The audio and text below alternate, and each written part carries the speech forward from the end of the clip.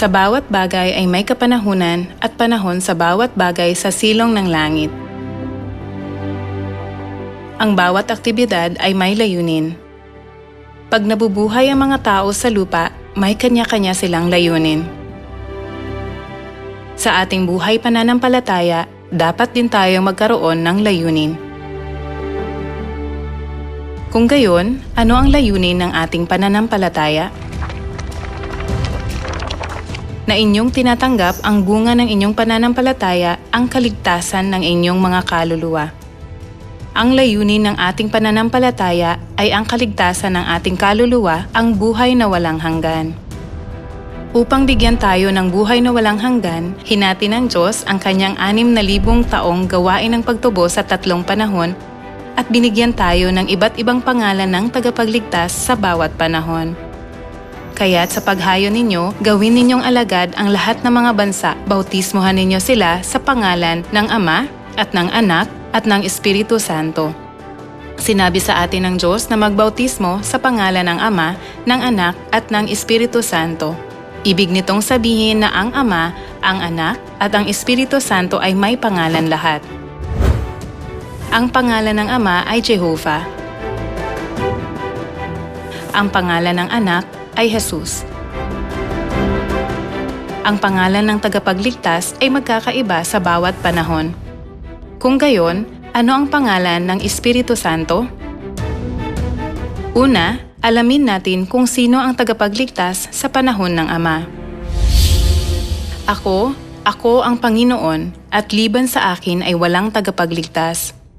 Sa panahon ng Ama, ang pangalan ng tagapagligtas ay Jehovah. Ang mga tao ay hindi maliligtas sa pamamagitan ng ibang mga pangalan maliban sa Jehovah. Kung gayon, nang nagbago ang panahon ng Ama, sa panahon ng Anak, sino na ang tagapagligtas? Itong si Jesus, ang siyang naging batong panulukan, walang kaligtasan sa kanino paman, sapagkat walang ibang pangalan sa ilalim ng langit na ibinigay sa mga tao na ating ikaliligtas.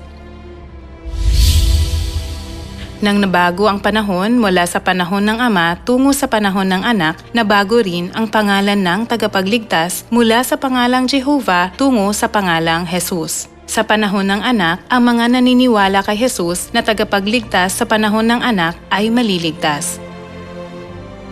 Kung gayon, sa panahon ng Anak, ano ang nangyari sa mga naniniwala pa rin kay Jehovah, ang tagapagligtas sa panahon ng Ama? Sa panahon ng Anak, ang mga naniniwala kay Amang Jehovah ay hindi tumanggap sa tagapagligtas sa panahong iyon at sa huli, hindi rin sila naligtas. Nagbigay ang Diyos ng iba't ibang pangalan ng tagapagligtas sa bawat panahon.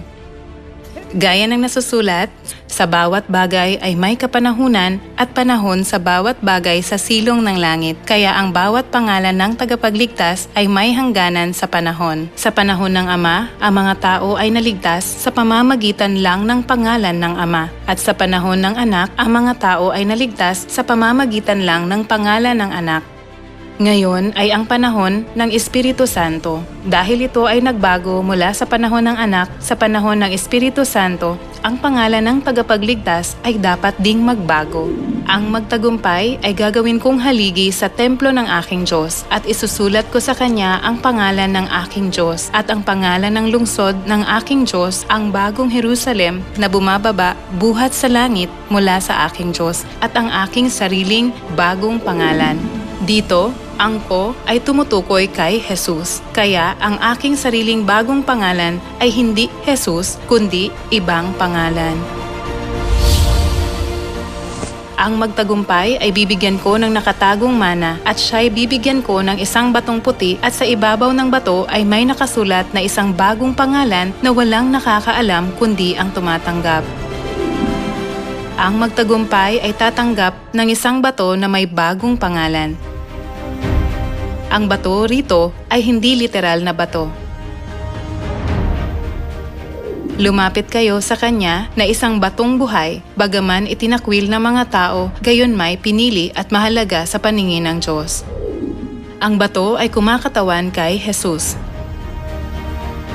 Tanging ang tumatanggap nito ang makakaalam ng bagong pangalan ni Jesus.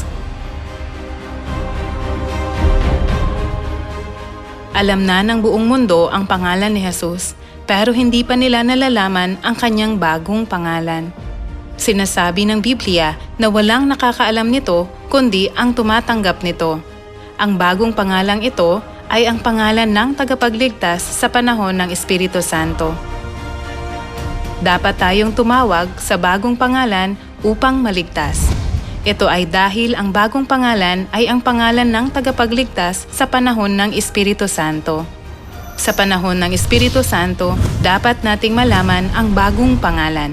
Saka lang natin matatanggap ang layunin ng pananampalataya, ang kaligtasan. Tanggapin natin ang bagong pangalan, ang tagapagligtas sa panahon ng Espiritu Santo at maligtas.